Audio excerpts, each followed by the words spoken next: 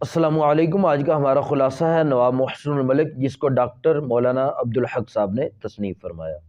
نواب محسن الملک صاحب کو قدرت نے وجاہت، ذہانت، خوش بیانی اور فیاضی جیسی بہت سی نعمتوں سے نوازا تھا۔ محسن الملک کا خطاب ان کے لیے انتہائی موزوں تھا۔ وہ دشمن دوست سب پر احسان کرتے۔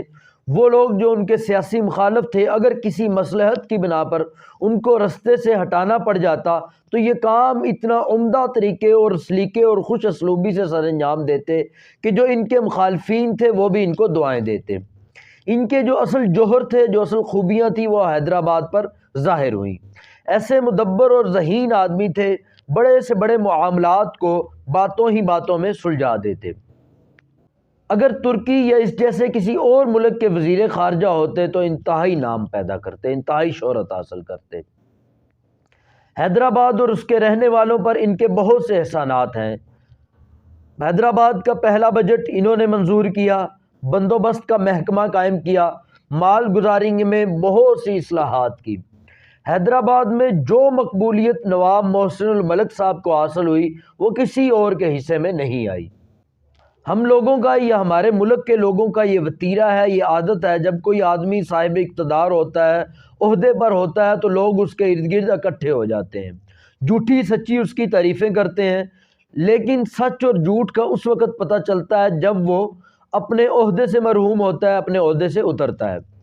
نواب محسن الملک صاحب جب حیدرآباد سے روانہ ہوئے تو لوگوں میں ایک گہرام مچ گیا۔ اسٹیشن پر ہزاروں لوگ کھڑے تھے، امیر، غریب، بیوائیں، یتیم، سب زار و قطار رو رہے تھے۔ نواب محسن الملک صاحب کے دور میں مسلمانوں کے مذہبی جذبات بہت بڑے ہوئے تھے۔ ذرا سی بدگمانی پر ان کے جذبات بڑک اٹھتے۔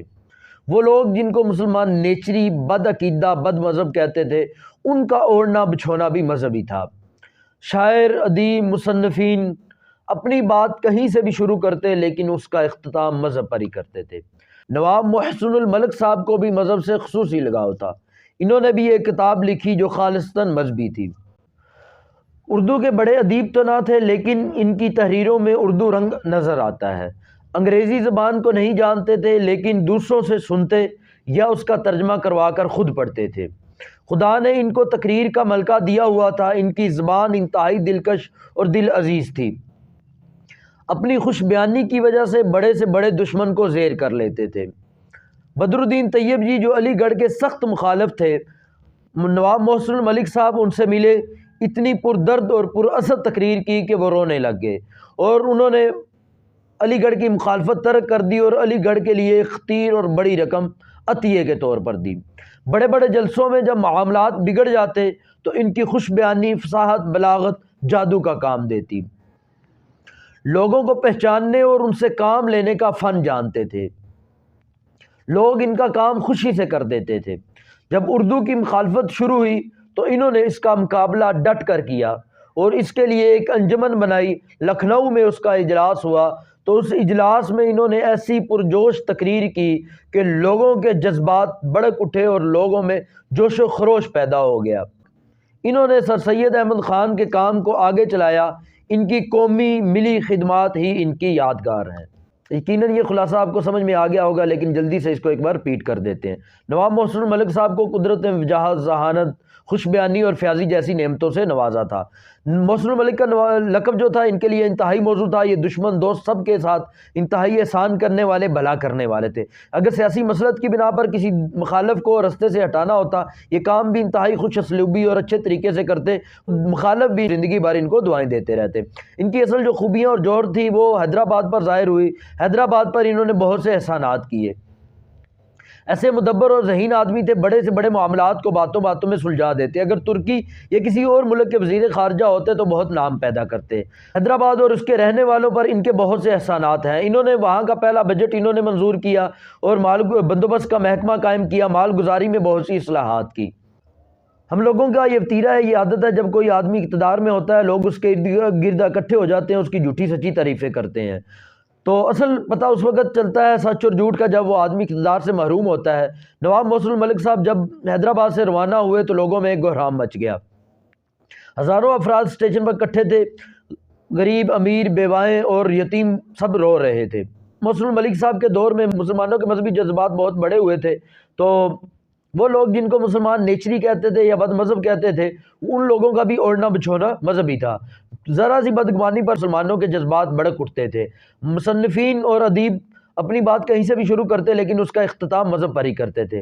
نواب محسن الملک صاحب کو بھی مذہب سے خصوصی لگاؤ تھا۔ انہوں نے بھی ایک کتاب لکھی جو خالصتاً مذہبی تھی۔ اردو کے اگرچہ بڑے ادیب تو نہ تھے لیکن ان کی تحریروں میں اردو ادب کا رنگ نظر آتا ہے۔ انگریزی زبان نہیں جانتے تھے لیکن کسی سے سنتے تھے یا اس کا ترجمہ کروا کر خود پڑھتے تھے۔ خدا نے ان کو تقریر کا ملکہ دیا ہوا تھا۔ خوش بیانی اور دلکش آواز تھی۔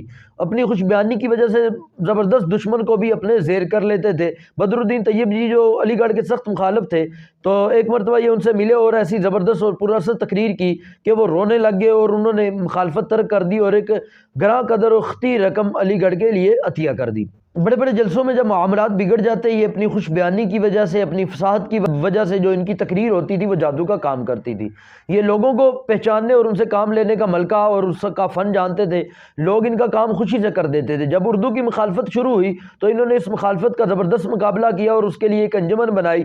اس کا اجلاس لکھنؤ میں ہوا۔ وہاں پر انہوں نے ایسی پرجوش تقریر کی کہ لوگوں میں ایک جوش کی لہر پھیل گئی۔ انہوں نے سر سید احمد خان کے کام کو آگے چلایا اور ان کی ملی اور قومی خدمات ہی ان کی یادگار ہیں۔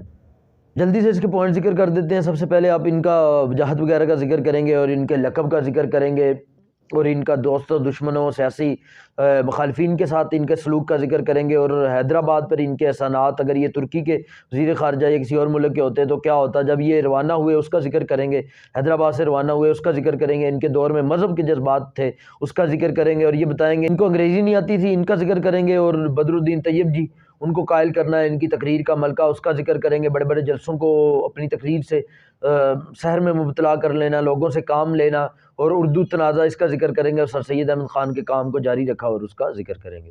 یقیناً یہ خلاصہ آپ کو یاد ہو گیا ہوگا، لیکن اگر پھر بھی کچھ مسئلہ ہے تو اس خلاصے کو ایک دو بار دوبارہ سنیں اور اس کے بعد لکھیں۔ جب ایک بار لکھ لیں گے انشاءاللہ پھر زندگی بھر یہ نہیں بھولے گا۔ اللہ حافظ۔